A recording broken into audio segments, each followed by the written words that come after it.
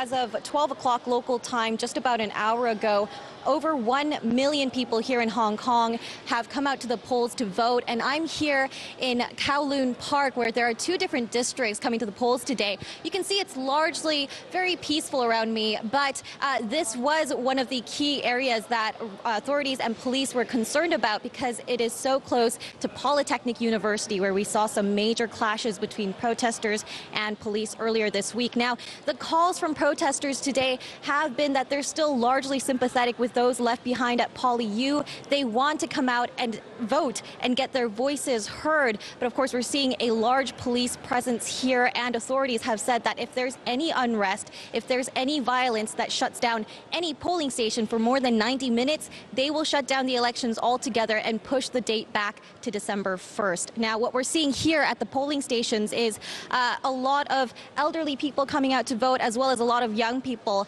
And from analysts' point of view, they say that this will likely be kind of a fight between a very young pro-democratic pool and, of course, an older, more pro-Beijing elderly kind of voting group. And they're saying that if more young people come out to vote, it will likely see that the pro-democratic side will have a winning chance here. So, Grace, let's just talk a little bit about the voters.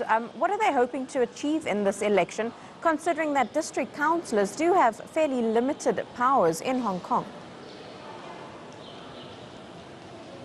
Yes, of course. So district councillors don't have, any kind of veto power for legislation, nor are they able to create any laws, but they do get to sit on a committee that chooses Hong Kong's leaders. So they'll likely be sitting, gaining a 10% kind of pool in the committee that chooses Hong Kong's leader in 2022. And that's largely what protesters here are hoping for, a chance to get their voices heard and a chance to elect Hong Kong's next leader that has values that are more in line with the pro-democratic movement that we've been seeing here in Hong Kong.